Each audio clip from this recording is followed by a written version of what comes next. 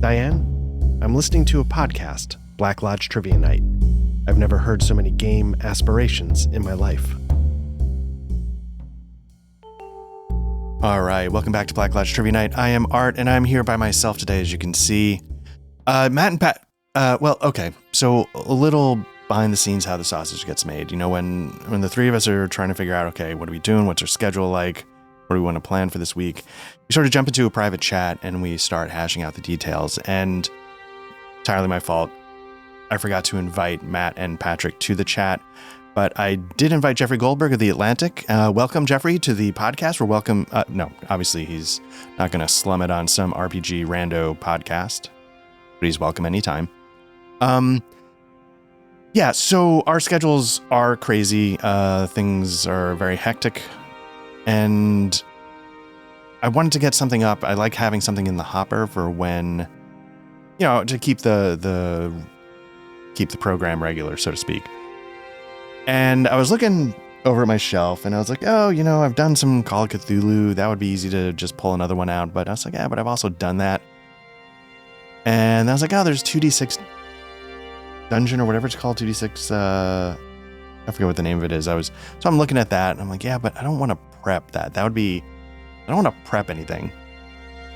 And if you've seen that book, it looks fascinating, but it's also like a million pages of tables and stuff. And so I was like, I could enter them into Foundry and I'd have it done, but I just don't. And then I remembered Matt and I talking during a damn fine coffee, and he asked me, like, what was your favorite solo RPG that you played? And not that I played all of them, but it was like, was it Cairn Athalis? Because I spent a lot of time on that one.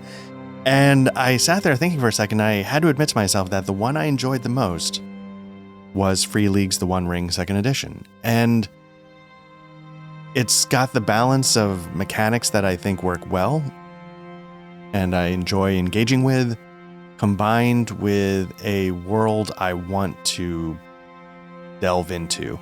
The thing that held me back a little bit from especially like Cairn Athalis, which I enjoyed the mechanics greatly, was that the world presents you the why you're doing it, right? So either you're doing it because you just love the exercise of the mechanics and, that idea of a dungeon crawl. I've never been that person. We actually did a whole thing about how we don't love dungeon crawls. One of our Damn Fine Coffees, I think, covered that. So I want it to be the world and I want it to be the story. And The One Ring was the one that presented the narrative the strongest in my mind. I still haven't, it's the same guy. I still haven't played Ironsworn. I mean, I have off, but I almost dove into that. But again, I was like, I don't want to prep anything. But just so you know, just like last time when I did this, I am going to have the oracles up for Ironsworn if I need to ask some questions.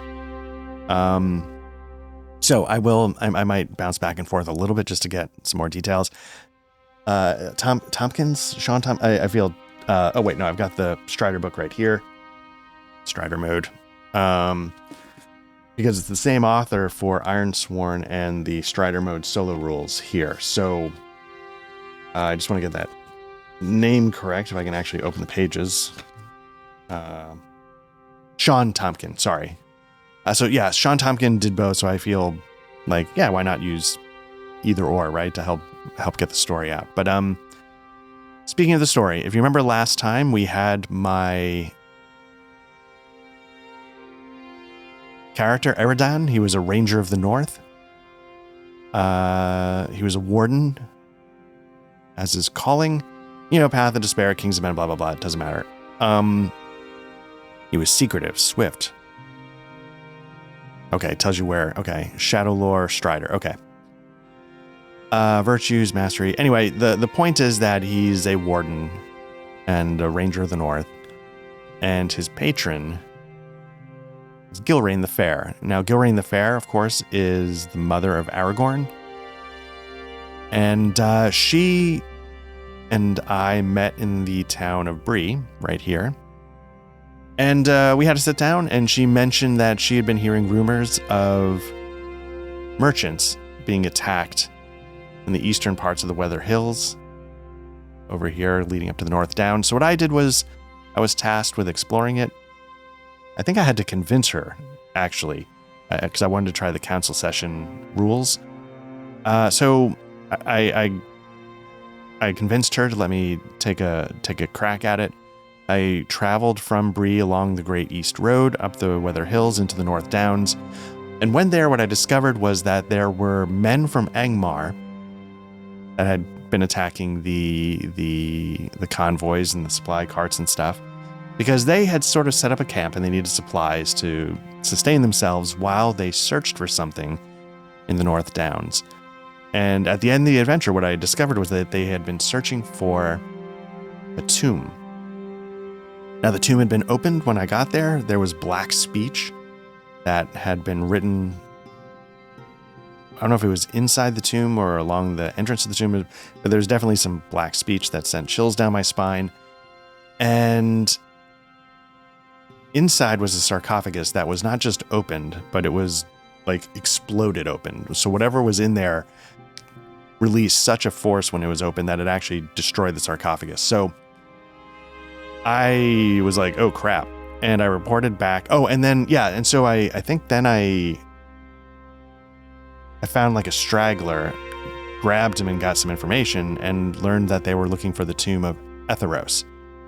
Now, my memory's a little hazy because, again, this second cycle of Tales of the Strider is coming like almost a year after the first, but Etheros is the hunter of the abyss. And what I did was, at the end, near the end of the last session, I went through making a nameless thing. So if you remember the process of making a nameless thing, there's a number of tables that you can roll through and sort of generate like a nemesis of sorts. And so that's what I did. I generated a nemesis, Etheros, the hunter of the abyss. Fell abilities, Fear of Fire, which is actually a good thing for me. Horrible Strength, Deadly Wound, Foul Reek. All these give Etheros abilities. If you remember, like some of the adversaries that we fought, let's just pull one up, a footpad. This was the guy we grabbed to get some information. There might be some noise outside. I apologize. I'm just trying to jam this in at a weird time of day. You can see his attribute level is 2. The Nemesis level is like 11, so it's much better. This number, I believe, sort of modifies your target numbers or your dice, but somehow it modifies you trying to hit your target number. Endurance is 8. It's like its hit points. You can wear 110. Might 3. Hate. I feel like there should be some hate there. I don't know why there's not. I'll have to figure that out. It wasn't on. You see this characteristic table? That's where I rolled a 1. So you get an 11, 4D of armor. So I just made that shield, shirt, helmet to get to the 4D. And endurance 110, might. So very powerful, and is not someone that I'm going to be going, hey, it's on, bro. So we've got the Hunter of the Abyss. The one thing I didn't do as part of generating this nemesis, he was going to have like sort of a mystical sword.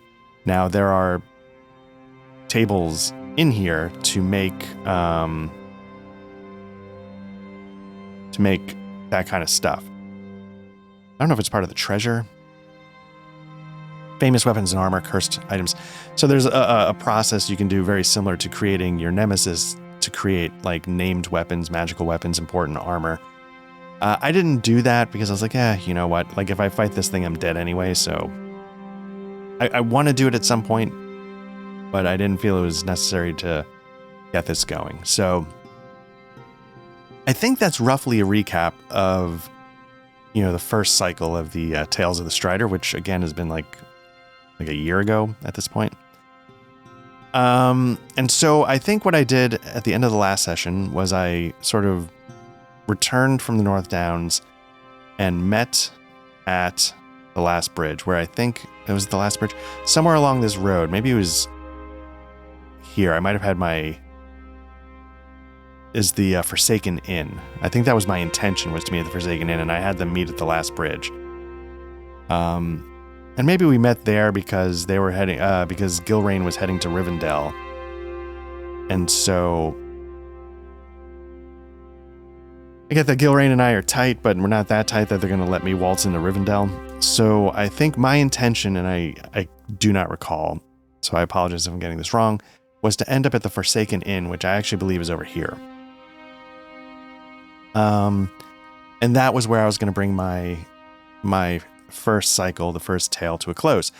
So yeah, let's see what happens. Like, again, like this, like I've been saying the whole time, this could be an unmitigated disaster. What we're going to do is we're going to switch now. This is sort of like get rid of that. This is sort of the, again, stunning artwork from the books. This is the map of Eriador, which is the setting basically for the One Ring Second Edition. It's not really meant to span all of Middle Earth. It really covers this area. It covers like the Fellowship of the Ring kind of, and it doesn't need to go to Mount. I mean, you can obviously, and I'm curious what the expansion books do. I've got a couple, but like, one is called like Tale of the Lone Lands, which is up here. So,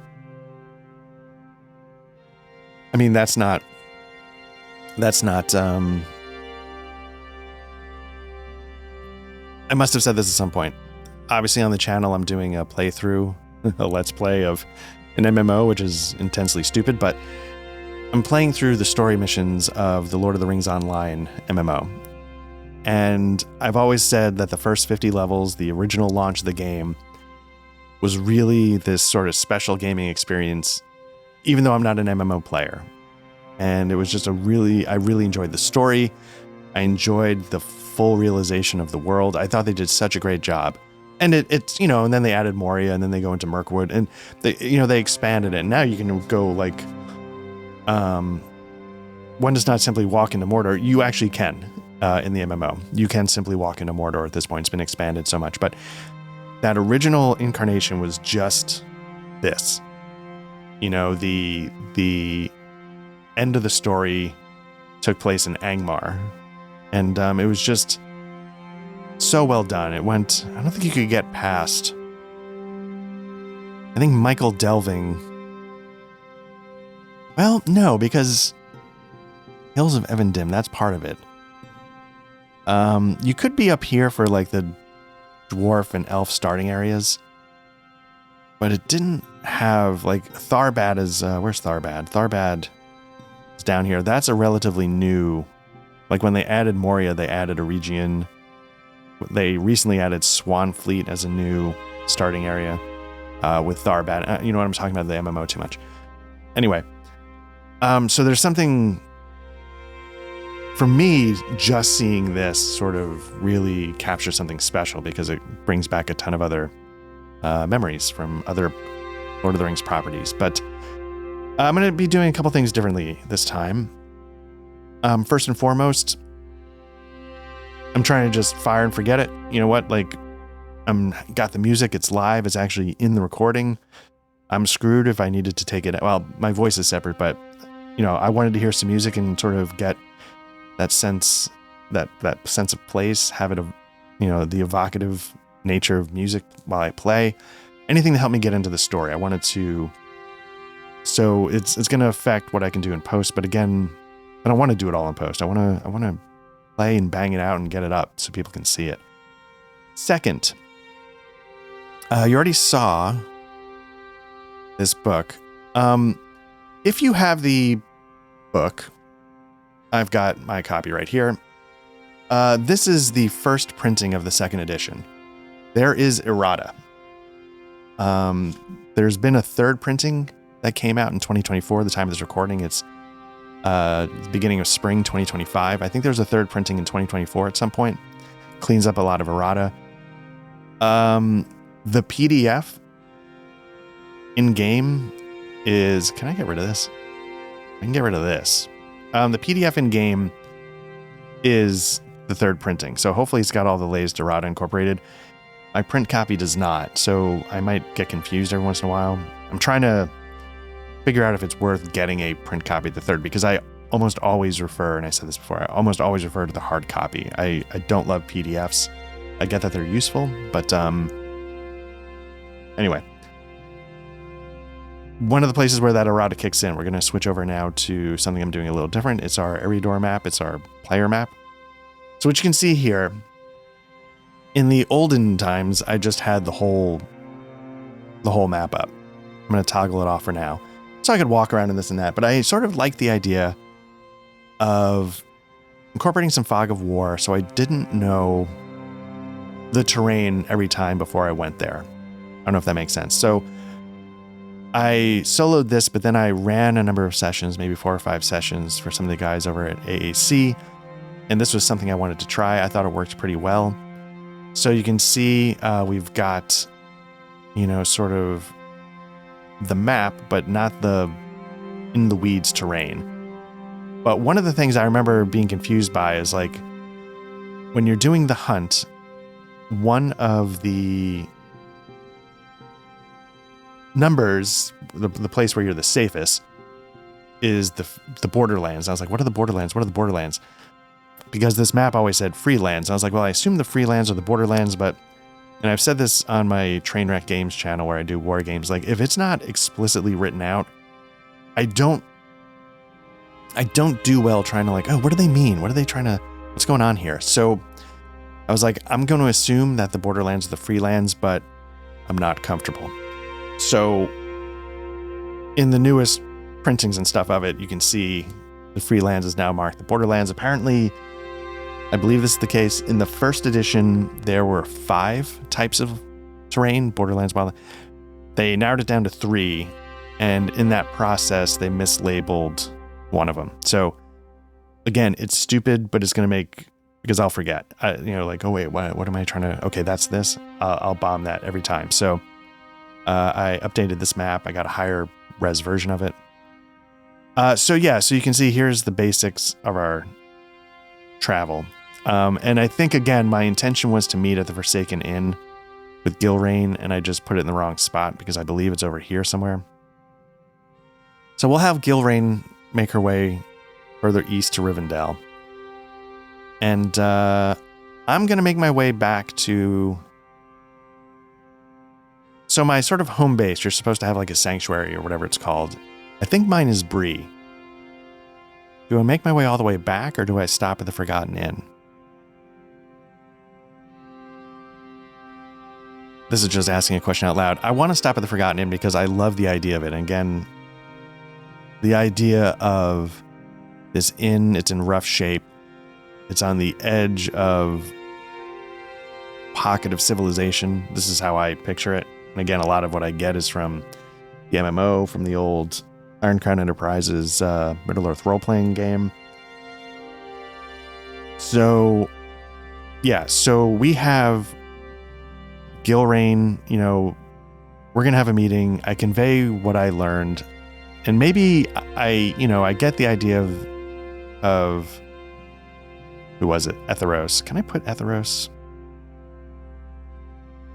Can I just drop Etheros there? Does that bring it up? Yeah, cool. Because I can get mine here, but I don't know if you can put enemies. Connections. I could put... Yeah, but connections isn't right. It's not right. And so I remember at one point I got a rubbing from something over here. So I can bring up notes. This was the Angmar campsite. This was Etheros' tomb. Somewhere around here at the campsite, I think there was some old rubble. And I got a rubbing from there. And then, maybe I, jotted down the black speech, and I can't make heads or tails of it. But I do know I learned about Etheros from the guy I grabbed. So I present all this information to Gilrain, and Gilrain, pulls me aside, with her, she's made camp here and she's on her way to Rivendell. And so I meet with her at her camp, and it's very much, the way I picture it is, a lot of these things where like everybody's sort of living off the land. We're all wardens. This is what we signed up for. We're rangers of the north. But she still holds a higher place, and so she has a slightly more ornate, spacious tent set up where you have a little bit more room. You have like a little bit more creature comforts. She's extended that because of her rank. And so, I step into the tent and I see she has like maybe a small table and maybe she's taking a meal. And there's sort of a guard that stands by where I just stepped in through the tent. And this isn't the first time we've interacted. So the guard, will recognize me from when we met in Bree. Probably at the Prancing Pony, if I remember correctly. And so he's not on edge, but he's not going to take his eye off of me. He still has that basic duty, which it's like, I don't think this is going to turn into a problem, but my job is to be ready to go on a moment's notice. And she sort of gives him it's okay. And, gives him a nod. And the guard steps out from the tent. And, I politely, it's one of those things where I'm waiting to be summoned. Even though I'm standing there, I'm not going to be like, oh, I'm just going to assume I can sit down. So I stand by I sort of step aside to let the guard out. And I'm just sort of against the wall of the tent waiting. And she takes a moment and, maybe she has something in front of her that she's reviewing really quickly. And she, sets it aside. And she's like, please join me. And I walk over to her table where she has like maybe a small stool on the opposite side of it. And she's like, please, tell me what you learned. Again, I don't know if I recounted all this in the last one, but this is me getting back into it. So this is what I'm going to do. So I apologize if this is repeating some things. But so I sit down and we talk, and I show her the rubbings. And maybe she has some idea of what they represent. It's, it's an ancient tongue. It's not black speech, but maybe it's like an older tongue of some kind. She's not 100% familiar with it, but she does recognize it a little bit. And then I pull out the black speech, and even she sort of recoils. It's got that kind of power where it's connected and represented of such high degrees of evil that just being in its presence can affect you. And even if it's like, I don't know, even if it's like, it's not like you fall out of your chair and, run screaming, but it's just like that chill. And I've been traveling with this. I've seen it a number of times. I've been looking at it as I made my way back. So I'm not numb to it, but I don't have that reflexive response anymore. But she's seeing it for the first time. She gets a little chill. And she's like, this is very troublesome. And, I tell her about the tomb. I tell her how the sarcophagus wasn't just opened. It looked like it exploded from within. I tell her the things I learned about Etheros. And at that name, she's like, there's a flash of recognition. And she's like, tales tell of Etheros. Older tales, but this is concerning because it harkens back to a time when the evil Lord Sauron was still here in Middle-earth and still, wreaking havoc on the lands. And now that there's, rumors coming about in Mordor, we're not sure what's going on there. Because again, remember the time frame for this is like between The Hobbit and the trilogy. That's, if I recall correctly. So there's some mystery about Mordor is stirring, but we don't know why and we don't know how and what's causing it. And so she thinks for a second and thinks, okay, well, something's happening with Etheros. Etheros has connections to Sauron, and there's stirrings happening in Mordor. So Not therefore Sauron, but just the evils that we thought we had put behind us are starting to ferment and bubble up again in ways that are concerning. Like, oh, that seems like that could be a sign, and that seems like that could be a sign. And so we're gonna, so she sort of thinks and's like, you know what, I'm on my way to Rivendell anyway. Please leave this information with me. I will take it to Elrond. I'm sure they have the ability, probably not the desire, but the ability to, translate this black speech, to understand the rubbing if it matters, and figure out what's, maybe get a little bit more insight into what's going on. And so I sort of nod and thank her. And she's like, I greatly appreciate, the service that you provided for the wardens. You were right. You were ready for more responsibility. And you have handled this admirably. And we should continue and see what service you can provide to the wardens. You've earned my trust. You've earned your place. And you are a valuable member to the Rangers of the North. But you need to rest. You've been through a lot. This could not have been easy. You've seen things that it's impossible not to have had it affect you. So find a place to rest. You can't, the elves won't accept you into Rivendell. But I need to go there. So either return to Bree, and I'll send message, for what's coming and what the Rangers and the Wardens need you to do next.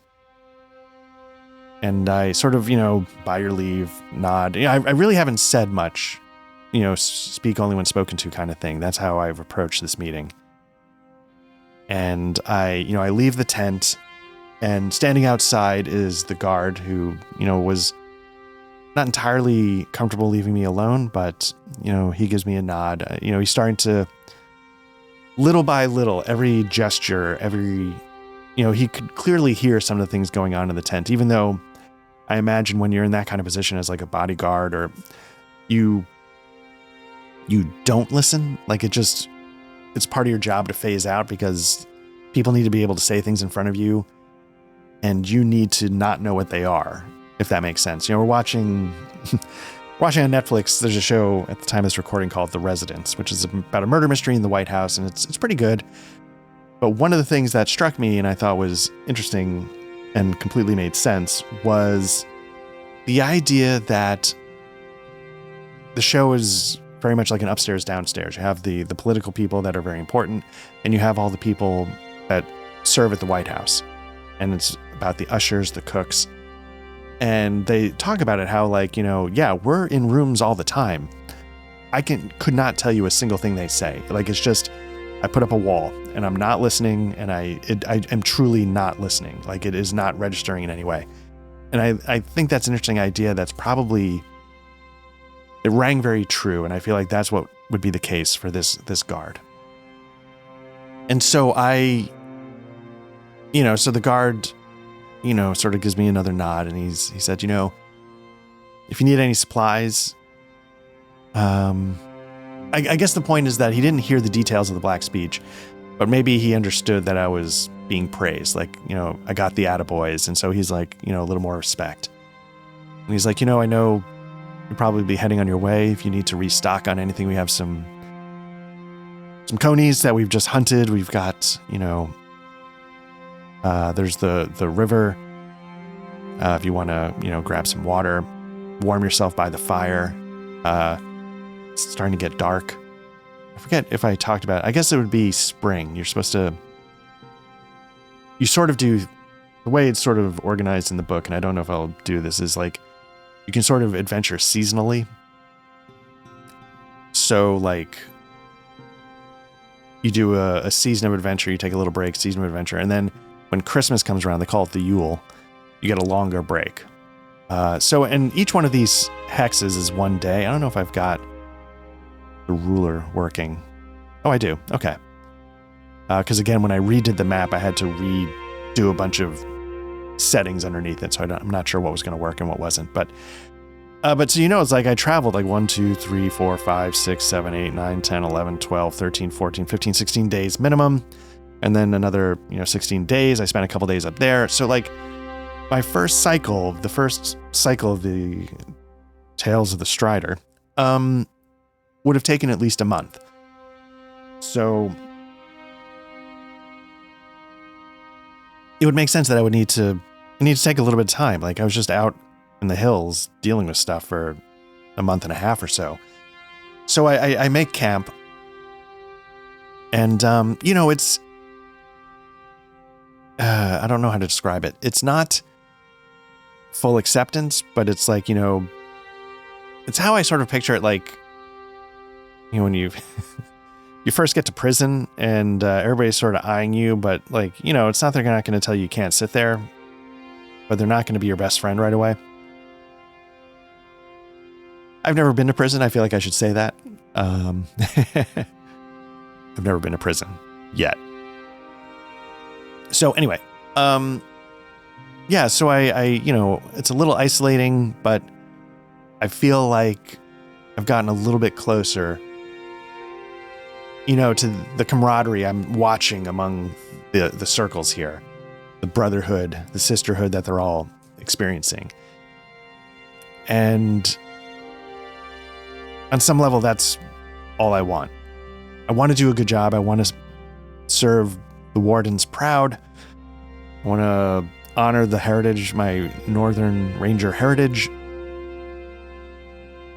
But, and I get that involves some isolation, but that isolation isn't just my day-to-day job thing. There's an isolation deeper in me that drives me to want to please, in essence, because then I see how this brotherhood and the sisterhood forms. And so I'm watching this as I sit by the campfire. And it's nice. I don't have it, but seeing it closer than it was is nice. I'm realizing like the steps I've taken have gotten me further along the path that I truly want to follow. And that is a good feeling. So the next day, I break my camp. I sort of give a nod to a few of the people I've interacted with briefly, maybe the cook, the guard that was outside of Gilrain's tent.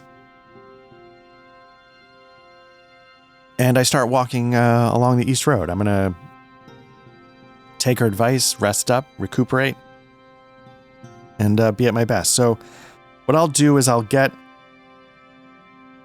to here. And I know that I could return to Bree, which is, I don't know if it's on my character sheet, if it's called something specific. There's a word for it that they call it. Patron is Gilrain, resolve journey events. Okay, so this is one of the things. Resolve, again, what used to throw me off. Resolve journey events within the old realm of Arnor, as if in a borderland, which means it's easier. Choose meet patron undertaking to receive a rumor. Okay, we're going to sort of build into that in a little bit. Because what we're going to try doing is a fellowship phase. Now, I don't know.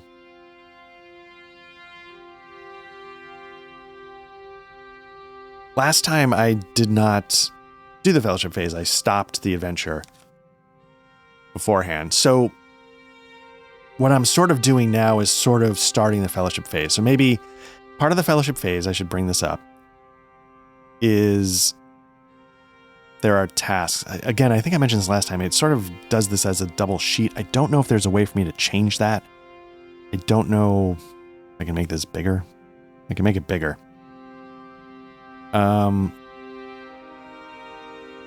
So when you do a fellowship phase, what you do is you set the duration, you choose the destination, you perform updates, and you choose undertakings. I'm going to do things a little bit differently. So when you perform updates, that's like leveling. And when you choose undertakings, I wish I could can I get rid of this?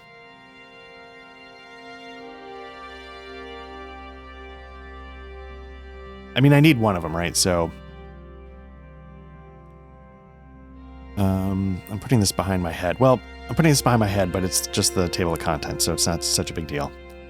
Yeah, because I have to remember, because again, I'm doing this all live. I mean, actually, it's easier when I'm doing it live, because then I can see like, oh, I just put something behind my head. Or when I used to do this, I would piece this together after the fact. And if I didn't remember in the moment that like, hey, you can't put anything to the left of the number 2 slot or whatever, I could get myself in a little bit of trouble. But anyway, so there's a certain steps that you have to do. And one of those things is fellowship undertakings. You can heal scars, gather rumors.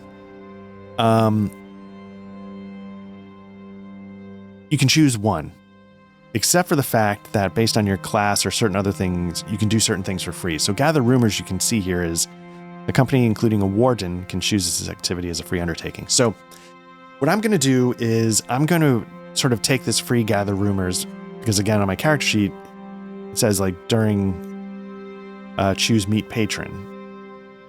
So I can get an extra rumor that way. There's a way to, if you have a messenger, you can choose this activity as a free undertaking. You know what I'm going to do? I'm not going to choose meet patron. I'm just going to, we had our debrief, because I don't want to spend on meet patron when I can gather rumors for free as a warden.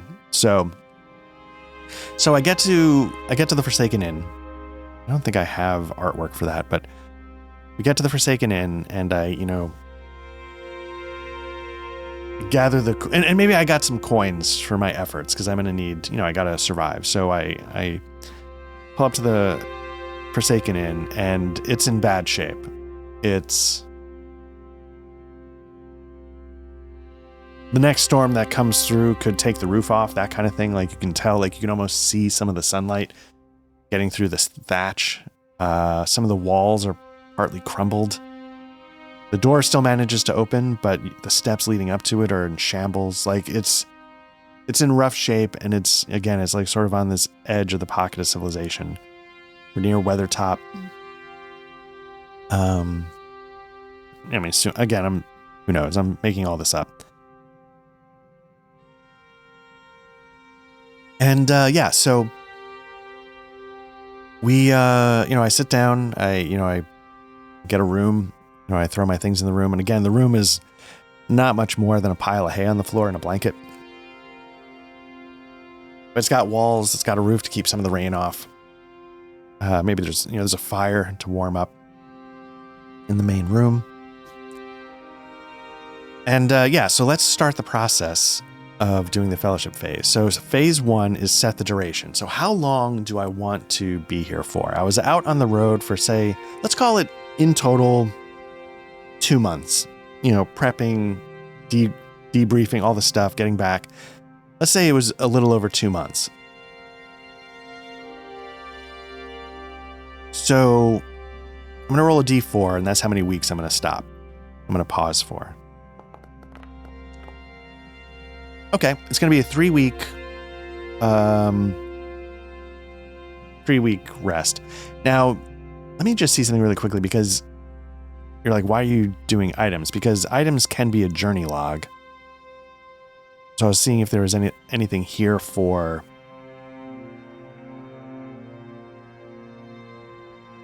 the fellowship phase, because I'm seeing like an undertaking, so that might be something we do in a second. Let me actually see a journey log. There's a journey log. I can open up the journey log from the one I ran.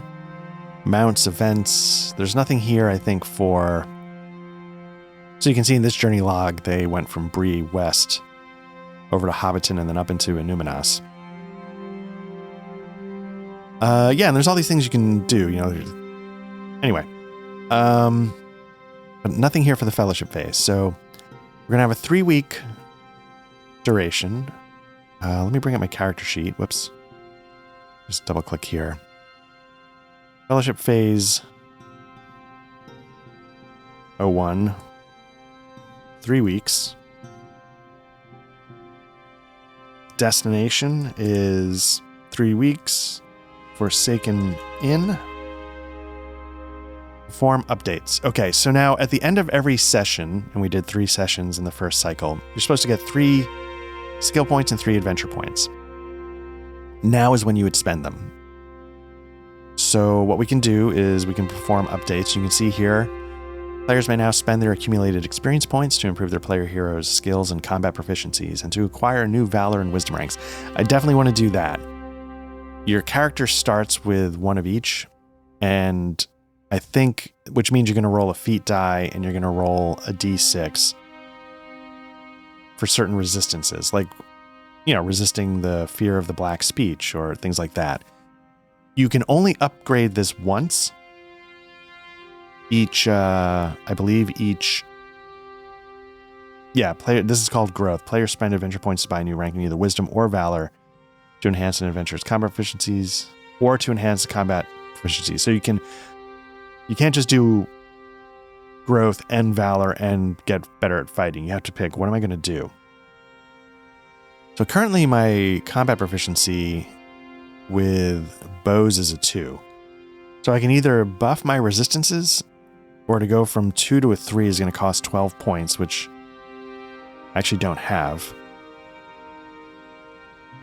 So that doesn't matter. To go from 1 to 2 is going to cost 8 points. So I can do that.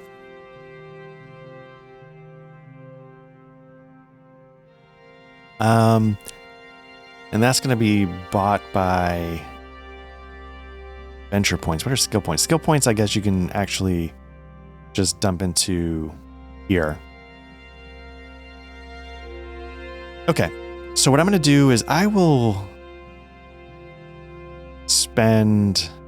need to spend 8 points, 8 adventure points. So that's down to 1. And I'm going to bump my wisdom, because I don't think I did anything that was particularly brave. I think I sort of gained knowledge. So let's change this wisdom to 2. So now I can't up my weapons proficiency. I'm sort of stuck. I couldn't anyway because I didn't have enough points. I'm going to save. I'm going to bank my 1 remaining point for sometime in the future.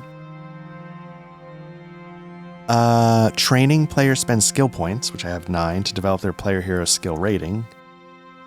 So again, if I just want to get a pip, and it's going to cost me 4. So let me see what my skills are like. And I've got like a decent foundation for when I'm out in the world. I'm trying to see, is there anything that could be useful for awe? Of course, I don't think I need the figure out where they list the skills. Characteristics, skills. Get an idea of awe is the ability to evoke respect. Awareness I'm probably okay at. I can't go from 2 to 3 because that's going to cost 12. And so I could just save what I'm doing, right?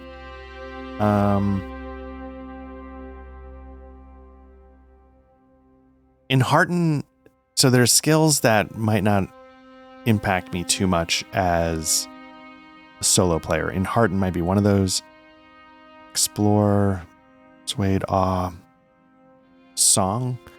Song is something that can be useful like in council sessions, I believe.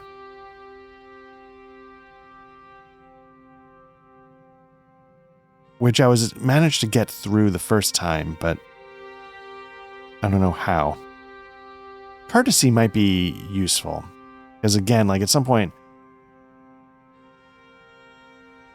I'm trying to get myself in deeper with the wardens, the rangers. And, at some point I'm going to need some basic people skills, right? So let's do a tip in courtesy.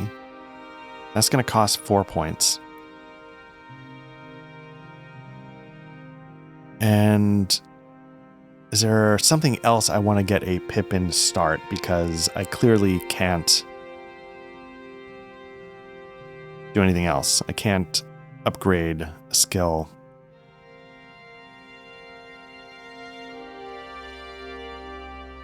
Okay, during a single fellowship phase, players can buy a maximum of 1 rank in each skill. That makes sense. So I can't bump one up 2, but I can get 2. Let me get one in craft. That could be useful. And that's going to cost me another 4 points. I can remember where. So I'm going to bank again the remaining 1 point. I don't know if it's useful to have the total, but maybe I'm doing this right, hopefully. Okay, so we've performed the updates. Now we're going to choose the undertakings. And, spiritual recovery. Whoops, that's important. During each fellowship phase, all player heroes automatically recover a number of hope points equal to their heart score, because I was burning hope. So my heart score is a 5, so I can bump my hope back up to 11. That's good. Let's see, what else? There's something else. Then, if the adventuring phase resulted in what can be considered a positive outcome in the fight against the encroaching shadow, yeah, I would say that. Members of the company get to remove a number of shadow points. Why is this? Okay.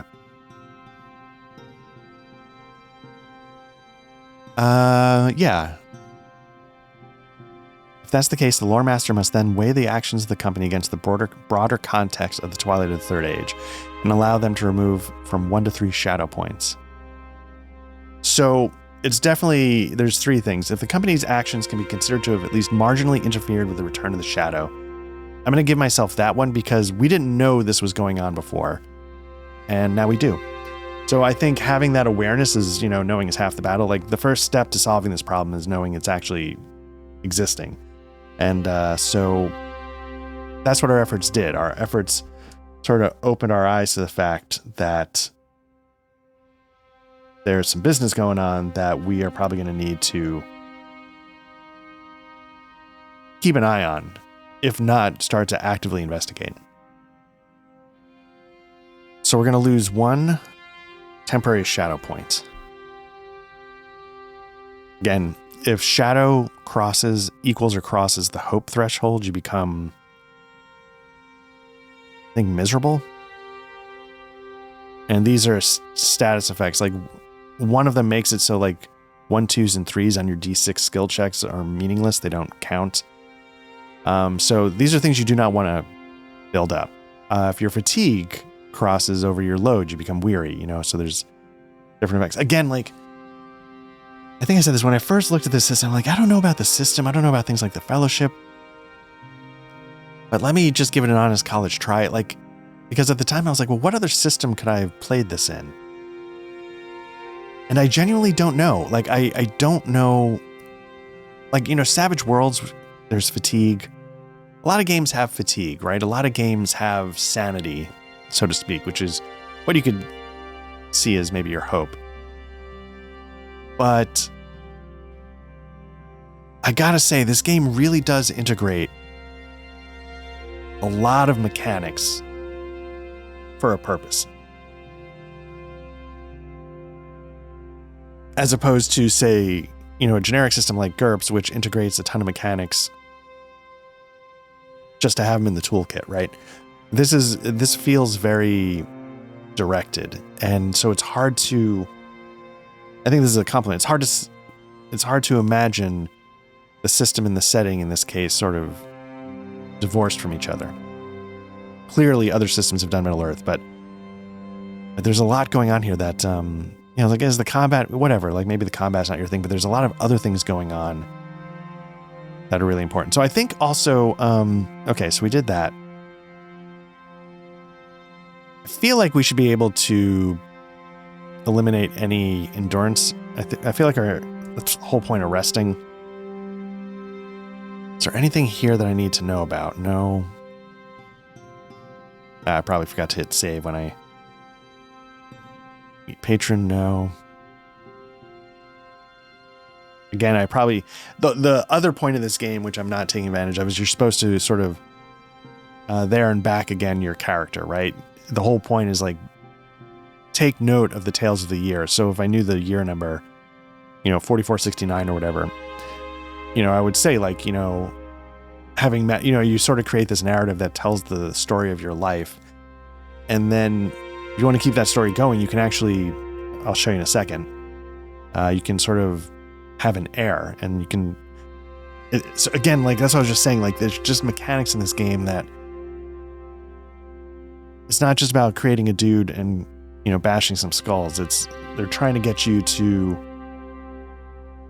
have your own there and back again story that you can pass on to your heir the way, anyway. Which is what makes it special.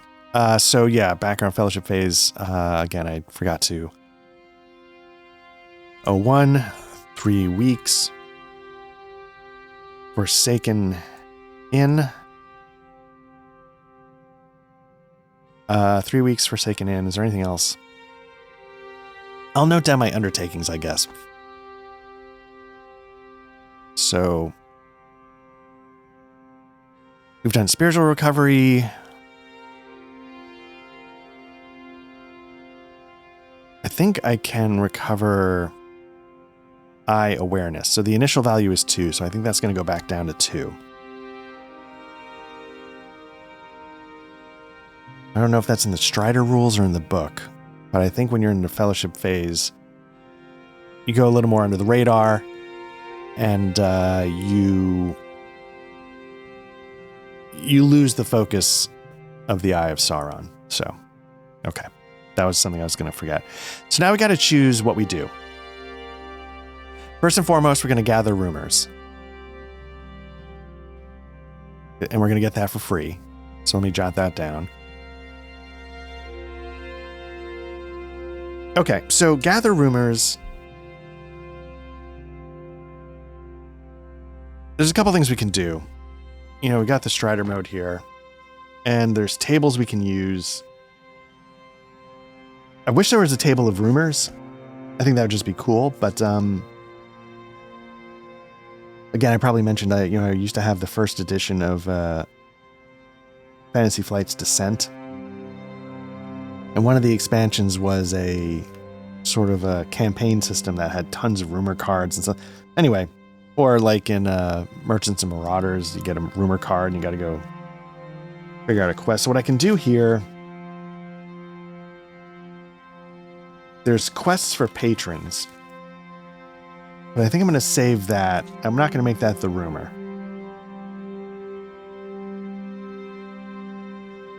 So I need to figure out some way to do that. So let's look at our tables. Journeying events. I think that's no. Chance meeting. I'm looking for...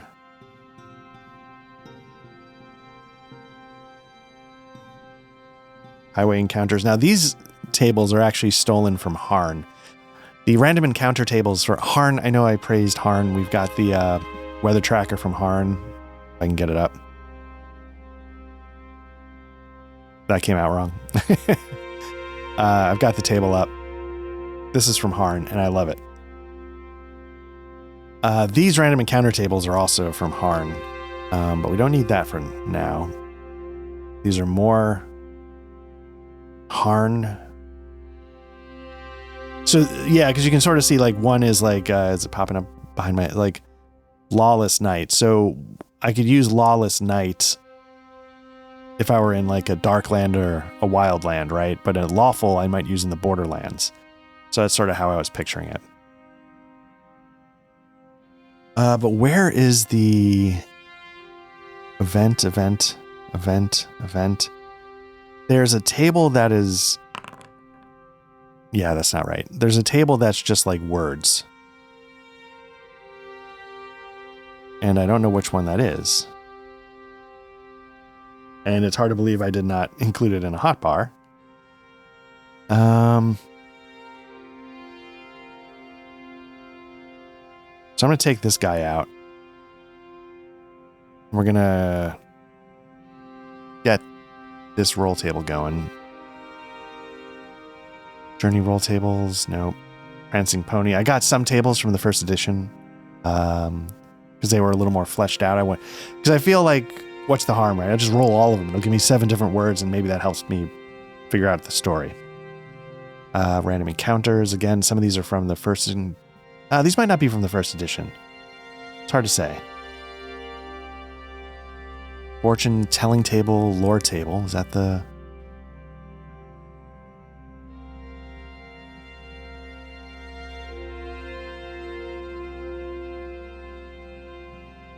I feel like lore table might be what I'm thinking of.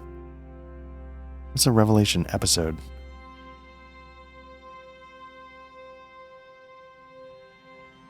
Telling table.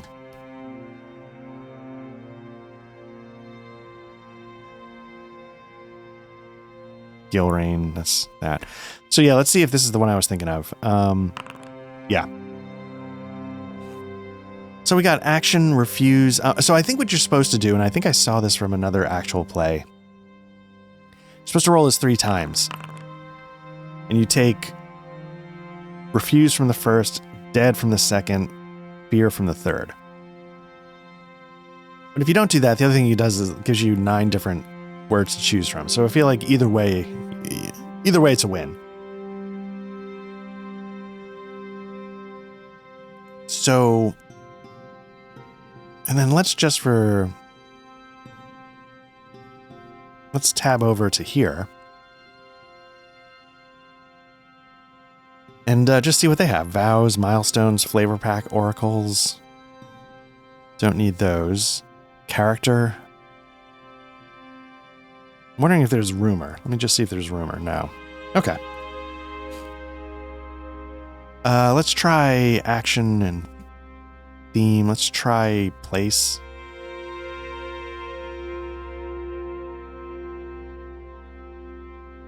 Location, Tree Pond Fields.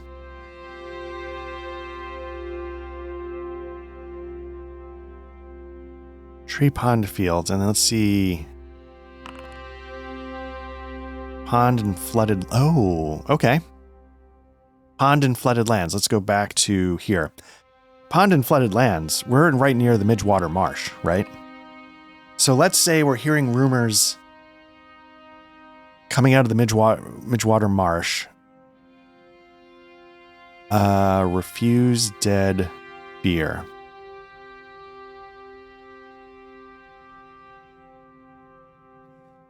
Yeah, let's say that we're hearing rumors coming out of the I should probably write this down.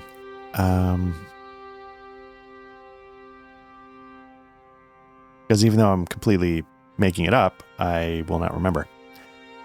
Let's see. Rumor. Midgewater Marsh. Refuse, dead, fear. So, there's ruins in the Midgewater Marsh. And, the Midgewater Marsh itself is pretty inhospitable. People make it a point not to travel through there unless they have to, or they need to, collect resources from the edges of it. But you get too deep, it's just the fauna there is a little hostile and unpleasant. But at night, fires have been seen in some of the ruins, but not fires like, oh, that looks like a campfire. It's got fires of like this greenish glow started to be seen in the ruins that sort of pepper throughout Midgewater Marsh. So let me see. Okay. Green, eerie fires starting to appear in the ruins of Midgewater Marsh. Okay. So we've got our first rumor. We get to do that for free. Don't know what it means. I honestly couldn't tell you. I don't know if it's going to tie into what we do next, or if it's just going to be something we keep in the back of our mind that ties into something, or is just a thing going on. So there's that. And let's see. Let's get the book back up. We're looking at the... So we get to do that for free. We get to gather rumors for free because I'm a warden. So let's think about what else we can do. We don't have any scars yet, and we couldn't do it anyway because it's marked as a Yule activity. We already met the patron, and that was separate. That wasn't part of our fellowship phase, and we sort of did what we needed to do to advance the core story. So we can do other things. We can ponder storied and figured maps. Again, raise an heir, like I was saying. You can spend up to 5 treasure and equal number of adventure points to add to your heir's starting previous experience. So, like, if something should happen to you, or you just decide to age out, if a number of years go by, your heir takes on the story, and you get to pass on things, right? Like, which is kind of cool. Like, you know, Frodo has mithril armor or something from Bilbo or something, right? And the ring itself, strength and fellowship. There's nothing I can do with that. Study magical items. I didn't get any. Write a song.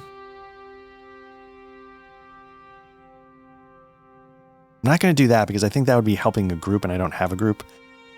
So there's not a ton of things I can do. So I think what I'll do is I gather rumors for free.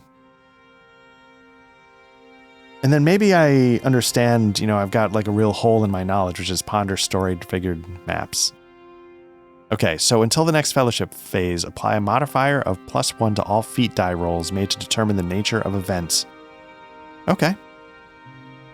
And if you had a scholar, which I do not, you do that for free. So I'm going to...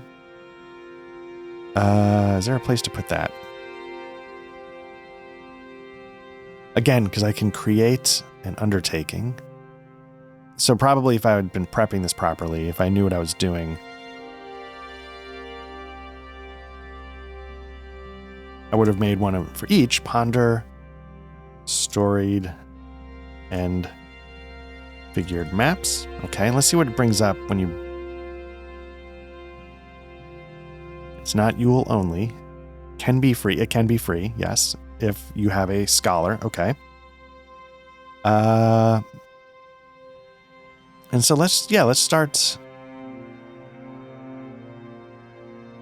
bring this stuff in here. So this is, you can see how I sort of prep, you know, I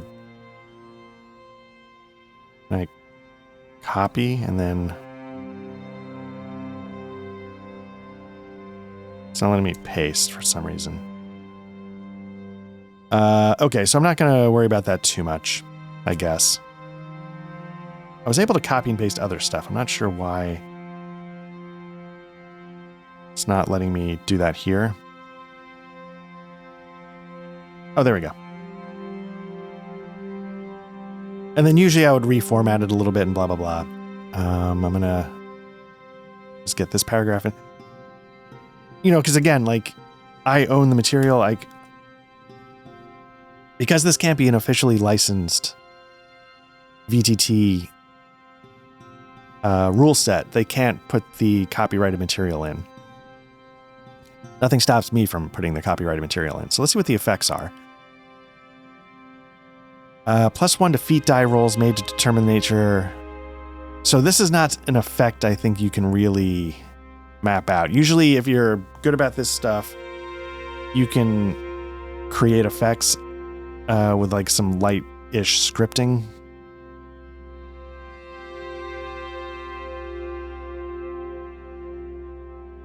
Right, so like if you drop this on the actor, it transfers the effect on the actor. It can change a status. But again, I don't know... You know, none of those really apply. You know, the duration, you know, you could set time limits. And so like in rule sets, like, you know, maybe like one of the more advanced ones like Pathfinder...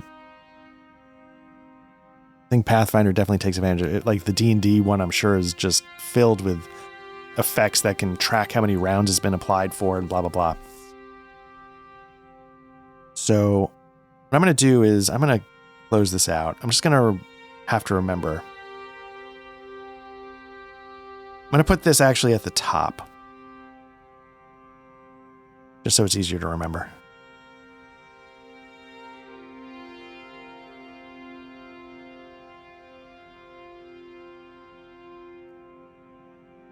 And then, you can make it bold. You can make it a block quote. You can do whatever you want, right? And that's, there you go. And then a lot of times what I would do if I was being stickler is I would reformat this so there was no dead spaces. So you can see here there was a hyphen that doesn't need to be there because we have plenty of space. Save it.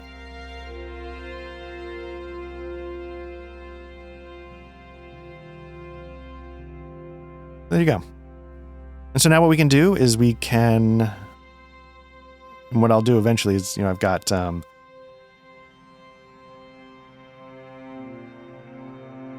well, I don't know if I'd want to add it to here because this might get updated when you update the horror module. These might be the things that they're able to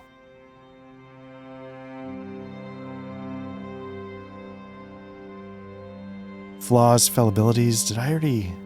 Oh, I didn't. You know what? I'm going to fix something in a second. I didn't realize they had these built in. Mechanics, again, you're not really able to copyright them.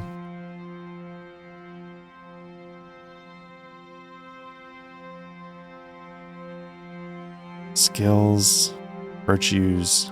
Yeah. So, okay. So what I'm going to do is I'm going to close this out for now and make some space. And what I would do is I would end up making my own compendium, because then when the core module gets updated and they update their stuff, my stuff would be separate and I would have that ready to go, but it would be saved.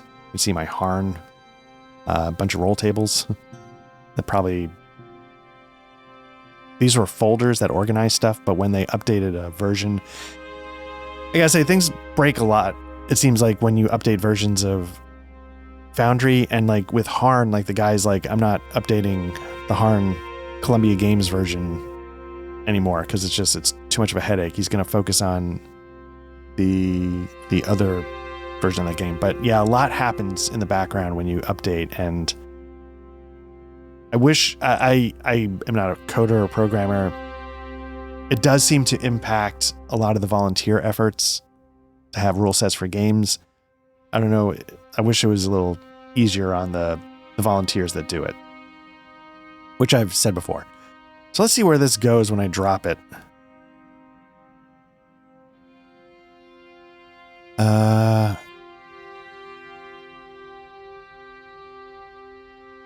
don't know what year it is. It was spring. We'll say it's the first year. This was not free.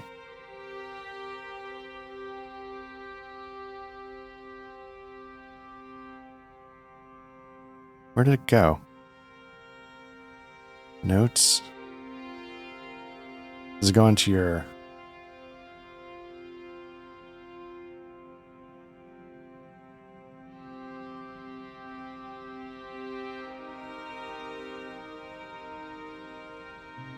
I imagine it would have dropped it here on our fellowship, but it's not doing it. Let me see something really quickly, and I apologize. I'm just very curious. One of the things you can do is you can turn off Strider mode. When you turn off Strider mode, sometimes that changes the fellowship,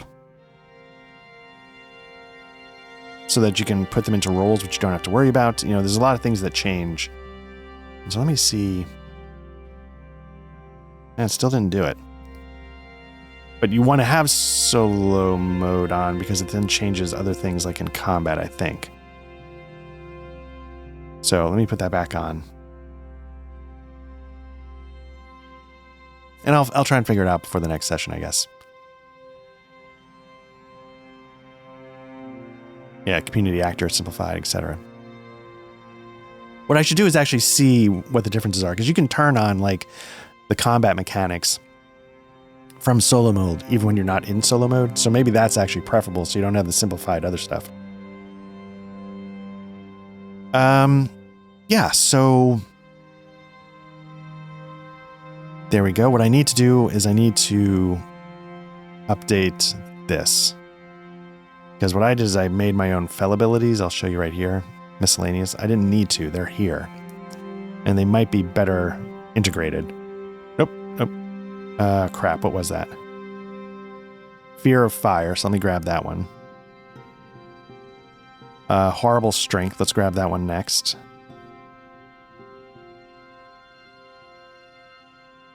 Deadly wound. Let's grab that.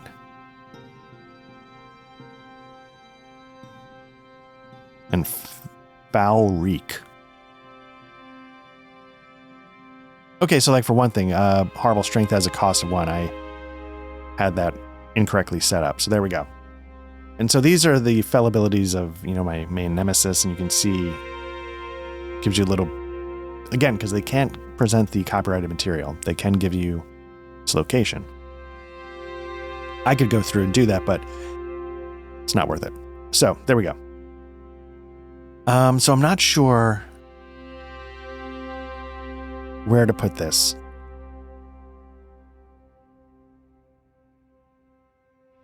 It's not showing up where I thought it might. You're an undertaking, and I don't know why. Is there a way for me to add an undertaking? No.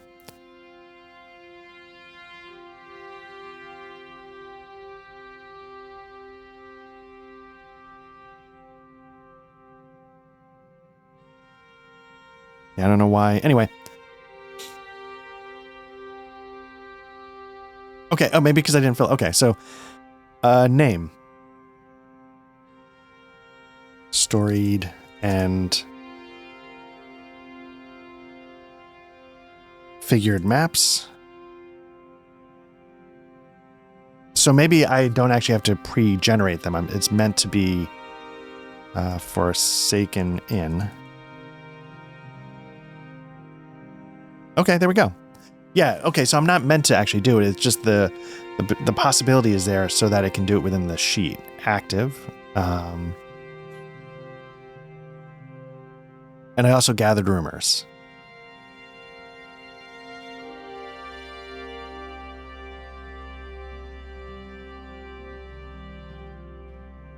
Yeah, I should spell it correctly. Again, also in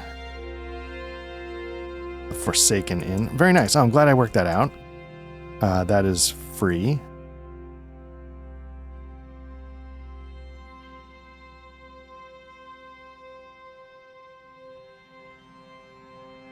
But it's okay. Okay, here, let me change this.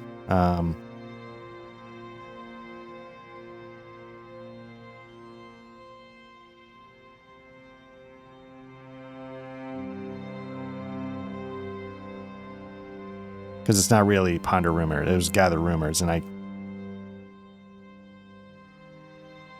don't know where to change it. Gather rumors, undertaking.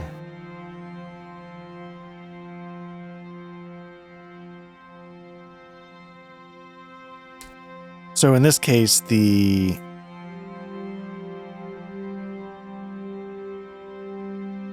rumor can go here. So let me copy that over.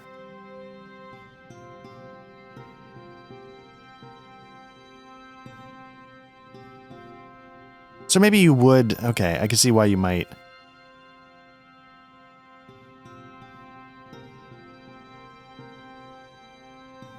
Got it. So let me make one more item. I'm going to delete this. So let me make one more item. It's going to be an undertaking. Gather rumors. And you don't have to... It can be free if you are a warden. So let's drop this in.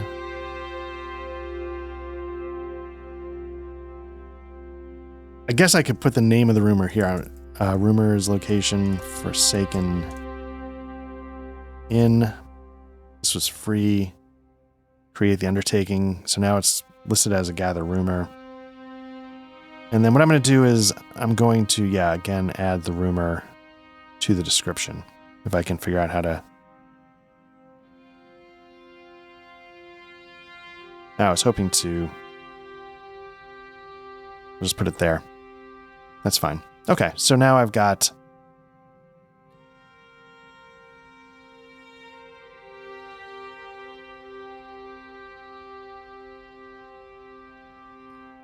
this, which is active. I guess it's not going to let me.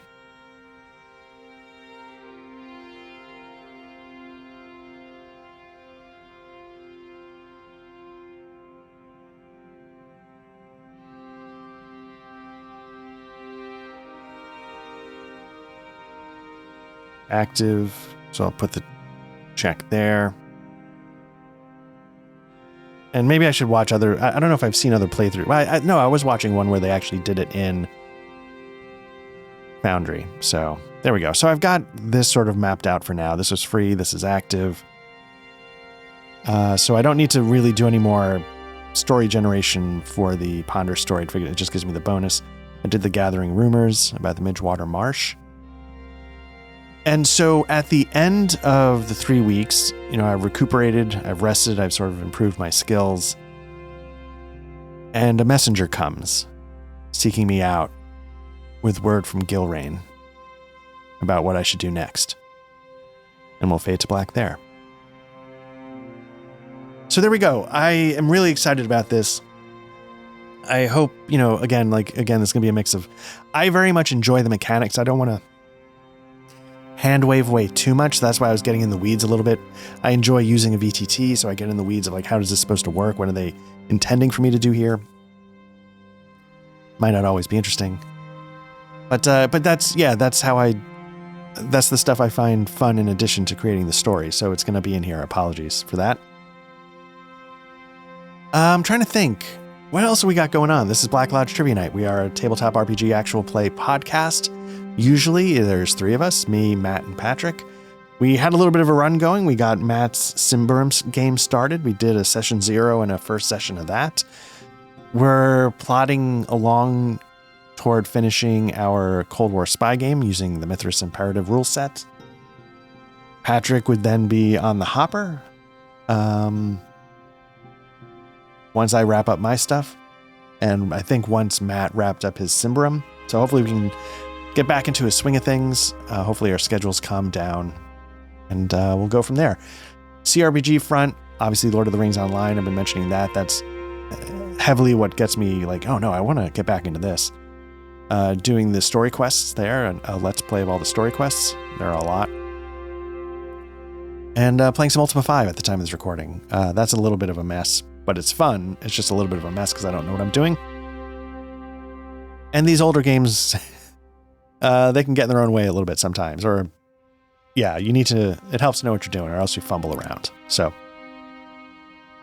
there will definitely be more of this. This will be the thing I have in the hopper instead of those choose your own adventure Cthulhu's. And just really excited to get back to this. And then I'll show off my cheesy swag.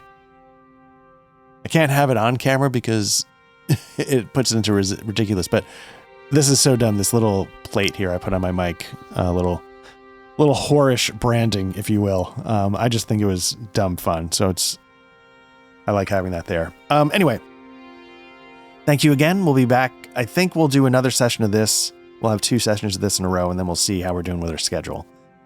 So there will definitely be session 2 of our second cycle very soon. So thanks a lot. Take care.